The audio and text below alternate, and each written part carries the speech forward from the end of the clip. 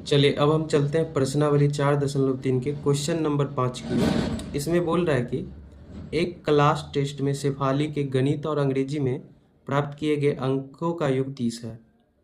यदि उसको गणित में 2 अंक अधिक और अंग्रेजी में 3 अंक कम मिले होते तो उनके अंकों का गुणनफल 210 होता। उसके द्वारा दोनों विषय में प्राप्त किए गए अंक ज्ञात कीजिए। तो जो हमें निकालने के लिए बोला जाता है उसको हम क्या कर लेते हैं, मान लेते हैं। तो दोनों विषय में प्राप्त किए गए अंक क्या कर लेंगे, हम मान लेंगे। तो चलिए करते हैं। क्वेश्चन नंबर 5 है। तो 5 में ये बोला गया है कि शेफाली गणित और अंग्रेजी का जो टेस्ट परीक्षा होता है उसमें जो अंक प्राप्त किया है गणित और अंग्रेजी में, कुल अंक कितना प्राप्त किया है, 30 प्राप्त किया है। तो चलिए मान लेते हैं। माना शेफाली द्वारा प्राप्त किए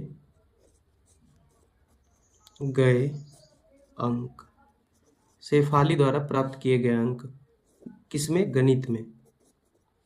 गणित में हम मान लेते हैं x।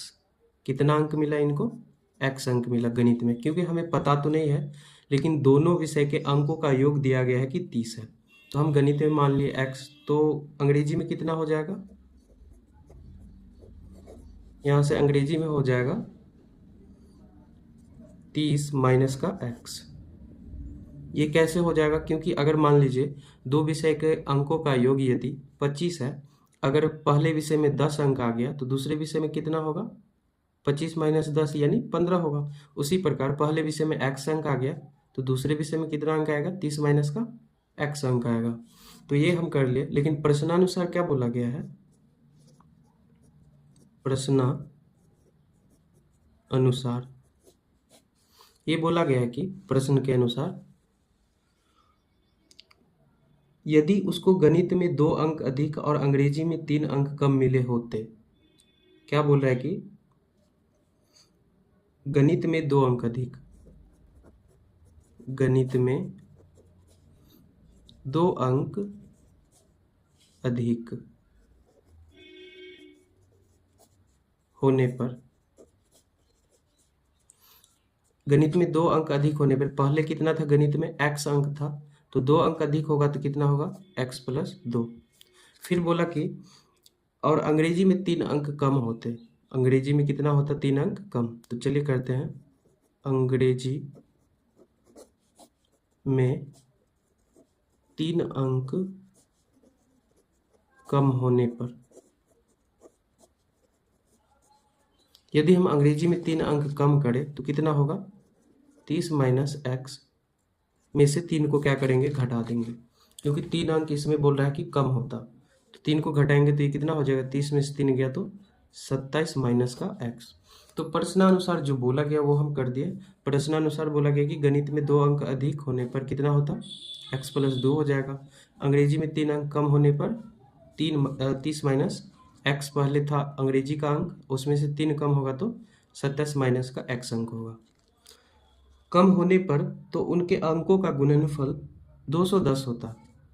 अब ये जो अंक प्राप्त हुआ है हमें, ये अंक प्राप्त हुआ है, ये अंक प्राप्त हुआ है, इनके अंकों का जो गुणनफल होगा वो 210 हो जाएगा। तो चलिए करते हैं। x प्लस 2 इसका गुणनफल और 27 माइनस x, इन दोनों का गुणनफल कितना हो जाता, 210। तो 210 हो गया, यहाँ से हम कर दिए। अब इसको हम क्या करेंगे, द्विघात समीकरण के रूप में लाएंगे। तो x को दोनों से गुना करेंगे तो x को 27 से गुना होगा, 27x। फिर x को x से गुना होगा तो ये माइनस का है, ये प्लस का है, तो माइनस प्लस क्या हो जाएगा, माइनस। x को x से गुना होगा, एक्स स्क्वायर। फिर ये 2 को हम इन दोनों से गुना करेंगे तो 2 को 27 से गुना करेंगे तो 27 दूनी क्या होगा, 54। और ये भी प्लस का, ये भी प्लस का, प्लस प्लस क्या होगा, प्लस ही होगा। फिर 2 को x से गुना होगा तो ये माइनस का है, ये प्लस का, तो माइनस प्लस क्या होगा, माइनस। और 2 को x से गुना होगा, 2x बराबर का क्या है, 210 गुना हो गया। अब हम इसको क्या करेंगे, ठीक से सही से लिख देंगे। पहले एक्स स्क्वायर होगा तो लिख देंगे माइनस का एक्स स्क्वायर, 27 का x प्लस का है और माइनस का 2x है, तो क्या होगा, प्लस का क्या हो जाएगा 25 क्योंकि 27 में से 2 घट जाएगा, 25x प्लस का, यहाँ पर प्लस का 54 है तो प्लस का 54 बराबर का 210। अभी इधर 210 जोड़ का है, इधर आएगा घटाव का हो जाएगा, तो यहाँ से minus x square plus 25x plus 54, ये जोड़ का इधर आएगा घटाव का 210 बराबर के क्या हो जाएगा, बच जाएगा 0। अब यहाँ से माइनस का x square plus 25x plus का 54 है, माइनस का 210 है, तो कितना बचेगा, माइनस का 156 बराबर का 0 है, तो 0 हो जाएगा। अब यहाँ से हम माइनस को यदि हम हटाएं तो माइनस को हटाने के लिए हम क्या करेंगे, माइनस से इधर भी गुना, माइनस से इधर भी गुना, तो प्लस वाला माइनस हो जाएगा, माइनस वाला प्लस हो जाएगा। तो माइनस से इधर अगर हम गुना करें तो ये माइनस का है, ये प्लस का हो जाएगा एक्स स्क्वायर, ये प्लस का है तो माइनस का 25x, ये माइनस का है तो प्लस का 156। अब बराबर का इधर अगर हम माइनस से गुना करें तो ये माइनस का 0 0 ही होगा। अब हम इसको सॉल्व करेंगे, गुणनखंड करेंगे, तो कैसे होगा, अंतिम वाले पद को शुरू वाले पद से हम गुना करते हैं। अंतिम वाला पद 156 है और यहाँ पर 1 दिया गया है, 156 को 1 से गुना करेंगे तो 156 ही होगा।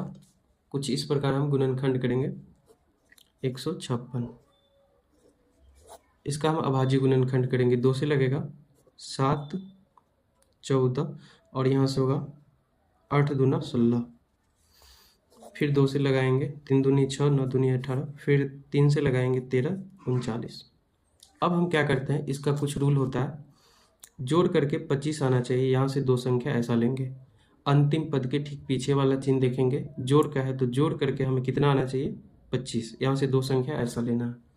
तो हम कैसे ले सकते हैं, यहाँ से 2 दूनी 4 और 4 तिया 12, यहाँ से आ जाएगा आपका 12, यहाँ से आ जाएगा 13, तो 12 13 कितना हो जाएगा 25। तो यहाँ से इस प्रकार हम बनाएंगे, एक्स स्क्वायर माइनस है तो माइनस ये 13x और जोड़ का 12x, इसको हम इस प्रकार लिख सकते हैं, और जोड़ का 156 है तो जोड़ का 156 बराबर का 0। इस ट्रिक से हम क्या करते हैं, गुणनखंड बनाते हैं। बाहर माइनस लगा है तो ये चिन्ह क्या होगा, बदल जाएगा, तो एक्स स्क्वायर प्लस का 13 है तो माइनस का 13x हो जाएगा, प्लस का है तो माइनस का 12x हो जाएगा, प्लस का 156 बराबर का 0। यहाँ से हम कॉमन को बाहर करेंगे, यहाँ से x, दोनों से x बाहर आएगा तो इसमें सिर्फ x बचेगा, माइनस ये 13 बच जाएगा, इससे माइनस भी बाहर आएगा और इसमें से हम 12 को क्या करेंगे, बाहर कर देंगे, तो यहाँ से हो जाएगा ये सिर्फ x होगा, प्लस का था तो ये माइनस हो जाएगा क्योंकि हम माइनस को बाहर कर दिए हैं। तो यहाँ से 156 जो बचेगा वो 13 बच जाएगा, क्योंकि 12 को हम बाहर कर दिए 156 में से, तो 13 बचेगा, क्योंकि 12 को 13 से गुना करेंगे तो 156 होगा, बराबर का 0। अब यहाँ से हम आगे बढ़ेंगे, क्या लिखेंगे, इसको हम इस प्रकार, x माइनस का 12 है तो x माइनस का 12, ये दोनों बराबर है तो इन दोनों में से कोई एक लिख सकते हैं, x माइनस का 13 बराबर का क्या है 0, तो 0। अब इसको हम क्या करेंगे, अलग अलग कर लेंगे, यहाँ से x बराबर x माइनस 12 बराबर क्या हो जाएगा, एक 0, यहाँ से एक हो जाएगा x माइनस 13 बराबर का 0। इधर माइनस का 12 है तो इधर गया तो प्लस का 12 हो जाएगा, इधर माइनस का 13 है तो उधर प्लस का क्या हो जाएगा 13। तो यहाँ से x का 2 वैल्यू प्राप्त हुआ है, तो यहाँ से हम इस प्रकार लिख सकते हैं, गणित का हमने अंक क्या माना था, यहाँ से गणित में प्राप्त अंक x माना था, तो x का वैल्यू कितना है 12, तो लिख देंगे यहाँ पर 12।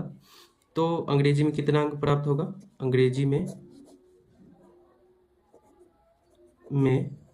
प्राप्त अंक क्या हो जाएगा, 30 माइनस x हमने माना था, तो यहाँ से हो जाएगा 30 माइनस का 12, यानी यहाँ से हो जाएगा घट के हो जाएगा ये 18। यदि आपको गणित में 12 अंक प्राप्त होते हैं तो अंग्रेजी में कितना अंक प्राप्त होगा 18। और फिर इसी प्रकार हम ऐसे भी देख सकते हैं, यदि x का मान एक 13 भी आया है तो यदि गणित में 13 अंक प्राप्त होते हैं, गणित में, या लिख देंगे या गणित में प्राप्त अंक कितना है 13, x हमने माना है तो x का एक वैल्यू 13 भी आया है, तो 13 अंक यदि प्राप्त होगा तो अंग्रेजी में कितना अंक प्राप्त होगा,